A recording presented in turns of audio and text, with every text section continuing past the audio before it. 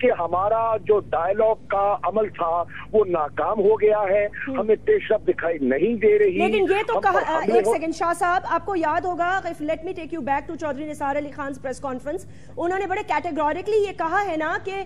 حکیم اللہ محسود کی ہلاکت کے بعد کچھ گروپس ہیں, especially Fazal Allah and company, جو ہم سے بات نہیں کرنا چاہتے, دے ہیو ریفیوزڈ. تو مذاکرات تو تعطل کا شکار ہو گئے. نہیں, انہوں نے یہ کہا ہے کہ بہت سے فیکشنز ہیں, انہوں نے ہمیں بھی کہا تھا کہ بہت سے فیکشنز ہیں, کوئی طالبان ایک مونولیتھ گروپ نہیں ہے, اس میں سے بہت سے فیکشن ہیں, اور ان کو میں اگر کوٹ کروں تو انہوں نے یہ فرمایا کہ 70 سے 80% لوگ ایسے ہیں جو مذاکرات کے لیے تیار ہیں, اور 30% کے لوگ ایسے ہیں جو مذاکرات کے لیے تیار ہرگز نہیں ہیں. ٹھیک ہے نا جی. اب اس کے بعد انہوں نے ہمیں آگاہ نہیں کیا, انہوں نے بتایا نہیں ہے کہ ان کی پیش رفت جو ہے وہ نہیں ہوئی, تو اس کی وجوہات کیا ہیں, اور اگر وہ اپنی پالیسی پر نظر ثانی کر رہے ہیں, اور اگر آپریشن کا فیصلہ گورنمنٹ نے کر لیا ہے, تو کیا پولیٹیکل لیڈرشپ کو آن بورڈ کیا ہے؟ لیکن شاہ صاحب, آپ کو کیا لگتا ہے کل کی ڈیولپمنٹس کے بعد جس طرح سلیکٹیو ٹارگٹس پہ بمباری ہو رہی ہے, آپ کو کیا لگتا ہے کہ سلیکٹیو آپریشن شروع کرنے کی بات ہو چکی ہے, ٹارگیٹڈ آپریشن؟ دیکھیے عرض یہ ہے, مجھے تو یہ لگ رہا ہے کہ دیکھیں نا, کل جو جی ایس کیو کے سامنے حملہ ہوا, ہمارے جوانوں کو شہید کیا گیا, معصوم شہری مارے گئے, اوبیسلی اب ہاتھ پہ ہاتھ دھرے, اب فوج نہیں بیٹھی, فوج کو بھی اپنے مورال کو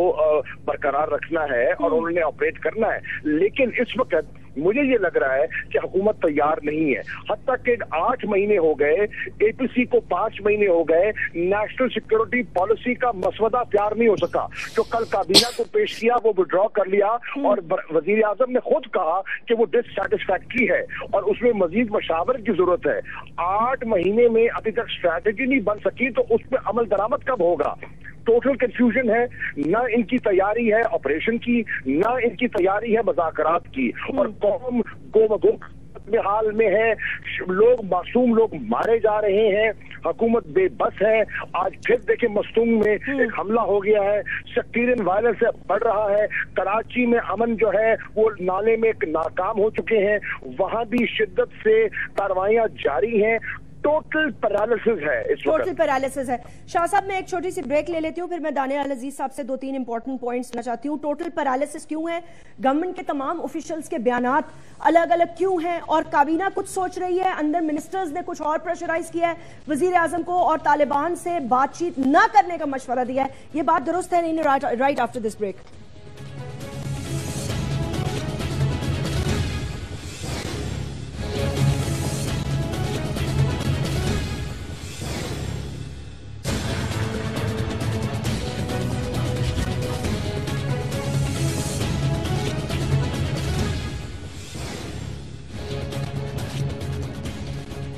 ویلکم بیک ناظرین. اور یہ بات بھی بڑی اہم ہے کہ ٹویٹر نے پاکستان کی سیاست کو ایک نیا رنگ دے دیا. سارے سیاستدانوں نے جو اپنا موقف دینا ہوتا ہے وہ ٹویٹر کے ذریعے دے دیتے ہیں. تو ابھی بلاول بھٹو زرداری صاحب کی ایک نئی ٹویٹ آئی ہے, انہوں نے کہا tired of condemning T T P, tired of condoling, tired of funerals, sick of ostrich politics, sick of convincing cowards, TTP, enemy, wake the dash.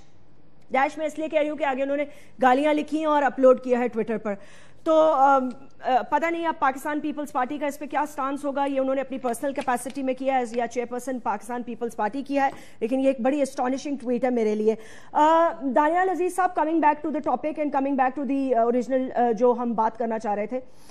یہ بتائیے گا جیسے میں نے یہ کہا کہ کیا گورنمنٹ اس بات پہ کنونس ہے, اور میری اطلاعات کے مطابق بہت سارے جو کابینہ کے ممبران اور پاکستان مسلم لیگ نواز کے جو وزراء ہیں اور دیگر جو لوگ ہیں, انہوں نے بڑا پریشرائز کیا ہے کل وزیر اعظم کو کہ ٹی ٹی پی کے حوالے سے اور جو ان پہ اٹیکس ہو رہے ہیں پاکستان کی افواج پہ اور لوگوں پر, اس حوالے سے ایک اسٹرانگ سٹانس لیا جائے. از دیٹ کریکٹ یا نہیں, یا میں یہ سمجھوں کہ ابھی بھی آپ لوگوں کی پالیسی کنفیوژن کا شکار ہے؟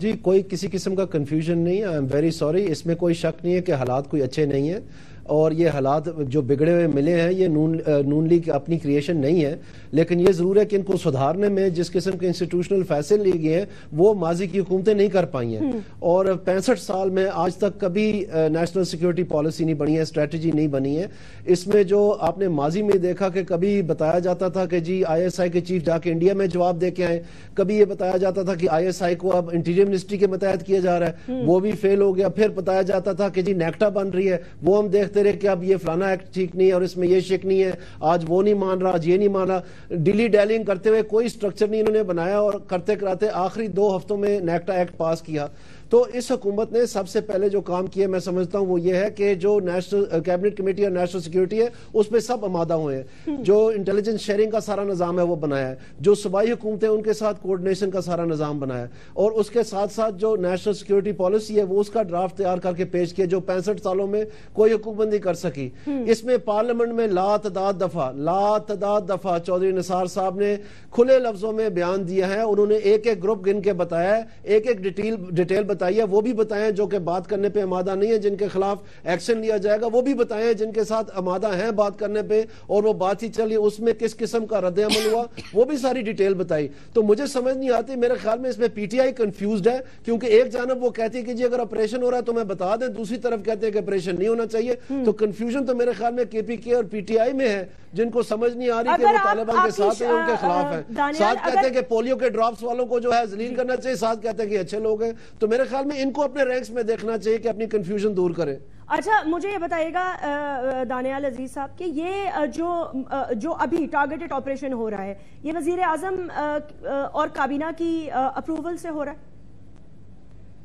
جی میں آپ کو یہ عرض کرنا چاہتا ہوں کہ کابینہ میں ہمیشہ یہ جمہوریت کی خوبصورتی ہے کہ مختلف پوائنٹس آف ویو پیش ہوتے ہیں اور کنسنسس اور کتھاسس ہوتا ہے اور اس میں سے ایک لائحہ عمل طے ہوتا ہے، اور یقیناً میں آپ کو یہ بتانا چاہتا ہوں کہ یہ کوئی عجوبہ نہیں ہے جو آپ کو آج پتہ چل رہا ہے، یہ میں نے آپ کو کیٹیگورکلی بتایا کہ جو نیشنل سیکیورٹی پالیسی ہے، جو کیبنٹ کمیٹی اور نیشنل سیکیورٹی ہے، جب اس کی پہلی میٹنگ ہوئی جس میں یہ مسودہ پیش ہوا، اس کے بعد آپ پریس کانفرنس کی ریکارڈنگ کائنڈلی دکھا دیں شاہ صاحب کو اور باقی اپنے ناظرین کو، جس میں چودھری نثار نے کیا کیا، نہ آپ مفروضوں پہ بات کریں نہ وہ مفروضوں پہ بات کریں، وہ کچھ کوٹ کریں آپ کچھ کوٹ کر رہی ہیں، تو کنفیوژن تو آپ لوگوں میں نظر آ رہا ہے مجھے۔ میں کہاں کوٹ کر رہی ہوں؟ کون غلط کوٹ کر رہا ہے؟ آپ نے ابھی کہا کہ آپ نے ابھی کہا تھا اپنے پہلے سیگمنٹ میں کہ چودھری نثار صاحب نے اپنی تقریر میں یہ کہا، شاہ صاحب نے آپ کو تنقیدی جائزہ لے کے کہا کہ نہیں انہوں نے یہ کہا، میں آپ کو کہہ رہا ہوں کہ انہوں نے کلیئرلی یہ کہا ہے کہ نیشنل سیکیورٹی پالیسی میں پورا لائحہ عمل فورس کا بھی شامل ہے اور پورا لائحہ عمل ٹاکس کا بھی شامل ہے، اور اس میں پہلے سے بتا رہے ہیں وہ پارلیمنٹ کی ہر سٹنگ میں انہوں نے بتایا کہ کون سے گروپس ہیں اور کن کے ساتھ کس قسم کی بات چیت جو ہے ممکن ہے۔ اچھا ایک second Daniyal, what you're trying to say is کہ تو کنفیوژن اگر کوئی ہے تو میں سمجھتا ہوں، تو اگر کنفیوژن اگر میں سمجھتا ہوں کوئی ہے تو وہ پی ٹی آئی میں ہے، ان کو بولے کلیریفائی کریں ان کا موقف کیا ہے۔ اچھا شاہ محمود قریشی صاحب آپ کو میری آواز آ رہی ہے؟ اچھا شاہ صاحب کو ہم ابھی کنیکٹ کرنے لگے ہیں بیکاز وہ ٹریول کر رہے ہیں تو آئی تھنک تھوڑا سا ان کا سگنل کا پرابلم آ رہا ہے، بٹ ان کا موقف ہم لینا بات نہیں، آپ ضرور کنیکٹ کریں جی۔ اور خیبر پختونخوا کی گورنمنٹ سے بھی اگر ہم ان کا موقف لیں تو زیادہ بہتر ہوگا۔ ماریہ مجھے خالی یہ بتائیے گا پاکستان مسلم لیگ نواز کی گورنمنٹ کو ایز این اینالسٹ آپ کیسے دیکھتی ہیں؟ یو تھنک کہ دہشت گردی کے حوالے سے جو بھی انہوں نے اب تک ڈیسیژنز لیے ہیں وہ واضح ہیں، کلیئر ہیں اور بالکل ایمبیگوس نہیں ہیں، کلیئر کٹ ان کی ڈائریکشنز ہیں دہشت گردی کے حوالے سے، از دیٹ ٹرو اور ناٹ؟ میرے خیال سے جی بڑی حد تک انہوں نے بہت اہم فیصلے کیے ہیں، کیونکہ مسئلہ صرف یہی ہے کہ دہشت گردی کا مسئلہ صرف کسی ایک ادارے کا نہیں، نہ کسی ایک سیاسی پارٹی کا، یہ قومی مسئلہ ہے اور اس کے اندر آپ کو قومی مفاہمت کا عمل جو ہے بہت ضروری ہے، اس لحاظ سے انہوں نے بڑے اہم اقدامات کیے ہیں اور یہ قابل ستائش ہے، لیکن رہی بات یہ کہ کیا یہ کافی ہیں، یہ ایک دوسری ڈبیٹ ہے، اس کے لیے شاید آپ کو تمام اور بھی اقدامات اٹھانے پڑیں گے، اور اس کے ساتھ ساتھ سب سے اہم بات ہے کہ بحیثیت قوم ہمیں اب دیکھنا پڑے گا کہ ہمارا قومی ویژن کیا ہے دہشت گردی کے اوپر، اور اس وقت جو اسٹریٹجی چل رہی ہے وہ آپ کی اسٹریٹجی ہے نیگوشیٹ اینڈ فائٹ، یعنی کہ آپ جنگ بھی لڑیں گے ساتھ ساتھ اور آپ مذاکراتی عمل کو بھی ساتھ رکھیں گے، یعنی کہ آپ تمام جو آپ کے پاس وسائل موجود ہیں بحیثیت ایک ملک اور وہ آپ استعمال کریں گے، کیونکہ یہ چیز بڑی واضح ہے کہ 2014 سے پہلے ہم اپنے تمام علاقہ جات کو کسی قسم کے بھی شدت پسندوں کے پاس نہیں چھوڑنا چاہتے ہیں، اور 2014 کے بعد جب امریکن افواج کا حاصل خلا ہوگا۔ آپ نے کہا کہ اس حکومت نے بڑے پرستائش قسم کے جو ہیں وہ انہوں نے ڈیسیژن ڈیسیجنز لی ہیں دہشت گردی کے حوالے سے؟ کیا ڈیسیجنز آپ کی نظر میں وہ کون سے ڈیسیجنز ہیں؟ اگر آپ دیکھیں جی، سب سے پہلی بات یہ ہے کہ آپ کے جو ادارے ہیں، جو پارلیمانی ادارے ہیں، جو دہشت گردی کے خلاف، شدت پسندی کے خلاف کام کر رہے تھے، پہلے کہیں ان کے بارے میں بات چیت ہی نہیں کی جاتی تھی، کیپیبلٹی کی بات نہیں کی جاتی تھی، نہ ان کو سپورٹ کی بات کی جا سکتی. اس بات کے اوپر ضرور بحث کی جا سکتی ہے کہ کیا یہ جو تمام اقدامات ہیں وہ کافی ہیں یا نہیں، لیکن جو چیز میرے خیال سے بہت اہم ہے کہ ان کے لیے وسائل مختص کیے گئے ہیں، اور اس کے ساتھ ساتھ قانونی طور کے اوپر بھی اس بات کے اوپر جائزہ لیا جا رہا ہے کہ قانونی طور کے اوپر وہ تمام جو ہے اصطلاحات لے کے آئیں جس کی وجہ سے ان کے پاس مینڈیٹ حاصل ہو. جوائنٹ انٹیلیجنس ڈائریکٹریٹ ایک اہم چیز ہے، لیکن بات صرف یہی ہے کہ کیا جو ایگزسٹنگ ادارے ہیں ان کو بھی آپ سپورٹ کریں گے یا نہیں کریں گے. لیکن ایک it is a step in the right direction. اس کو بہتر کرنا ضروری ہے تاکہ جو ایگزسٹنگ کام ہے آپ اس کو پیرالل نہ کریں. قومی ویژن کیا ہے مجھے بتائیے گا؟ قومی ویژن کی آپ نے بات کی، قومی ویژن تو گورنمنٹ آف دا ڈے دیتی ہے نا، تو کیا ویژن ہے ہمارا؟ آر وی فائٹنگ دیم اور are we talking to them? نہیں جی، دیکھیں جو قومی ویژن اس وقت جو آپ کی اسٹریٹجی چل رہی ہے، جو آپ کی مختلف امریکہ سے بھی اور افغان حکومت سے بھی، وہ یہ ہے کہ آپ